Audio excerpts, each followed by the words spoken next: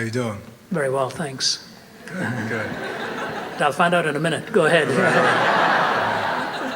Well, yeah, I got a lot from what you said tonight, so Thanks so thank you, much. starters. But there's been a question that's it's really simple, and it's been troubling me for some time, and it's just that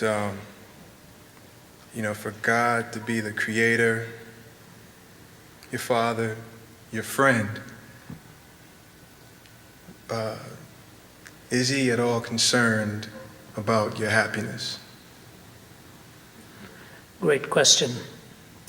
That is, there's a book that I have written called The Cries of the Heart, in which I raise one chapter on that very, almost verbatim, the way you have raised it.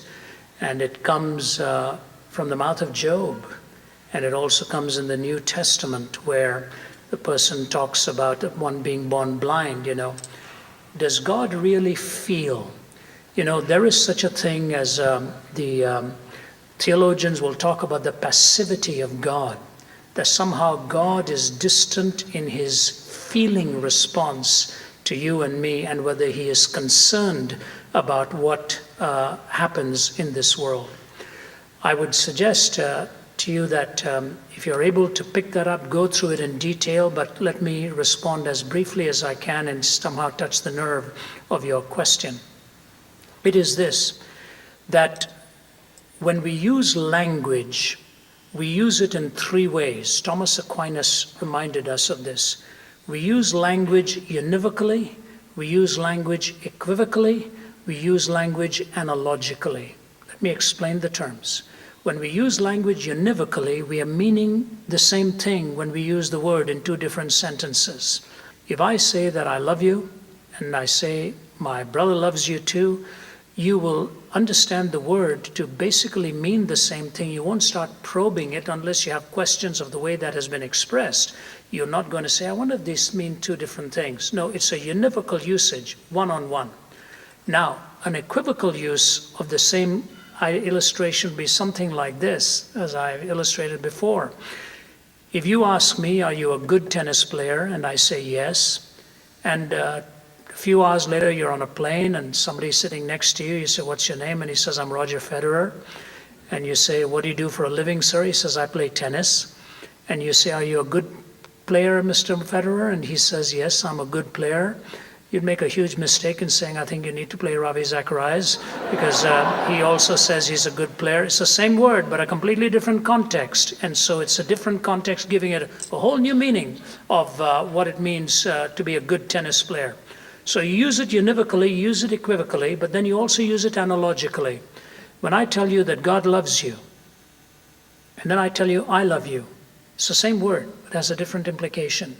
When I love you and you refuse to love me, I hurt because I have lost something. When God loves you and you refuse to love God, God hurts too. God hurts because you have lost something. That's the analogical use. He is concerned. That's why he sent his son to die on the cross. The Bible tells how Jesus went to the top of a mountain and he looked at a city and he wept over it. When he saw his friend Lazarus was dead, he wept over that. But remember this, the God who created you and me is the same God who is able to restore you and me. So when I see somebody who's lost his life, I would weep for a completely different reason, because I cannot restore that life. But when Christ wept, he knew he was going to restore the life of Lazarus, but he wept for you and for me, knowing the pain that comes from observing death and observing separation, even though he was going to restore that life. So the concern is there with the power to restore that which was lost. And when you are in pain or suffering or whatever it is, that same God gives you the strength to endure it. I lost my mother fairly young in life. I lost my father fairly young in life, and I've had some serious issues that I've had to wrestle with even physically. As I stand before you, I've got 2 metal rods holding my back up, which I injured very seriously some years ago. And I found through all of this, his grace is sufficient. A woman who was blind and cancerous and arthritic and orphaned wrote these words, He giveth more grace when the burdens grow greater. He sendeth more strength when the labors increase. To added affliction he addeth his mercy. To multiplied trials has multiplied peace. When we have exhausted our store of endurance, when our strength has failed ere the day is half done, when we reach the end of our hoarded resources, our Father's full giving has only begun. His love has no limit, His grace has no measure, His power has no boundaries known unto men. For out of His infinite riches in Jesus He giveth and giveth and giveth again. He cares and He gives. And one of the ways this world will know that He cares is if you and I, if we know Him and love Him, go and extend that caring hand to somebody who needs it. We then embody that truth, not just in words, but we do it in action.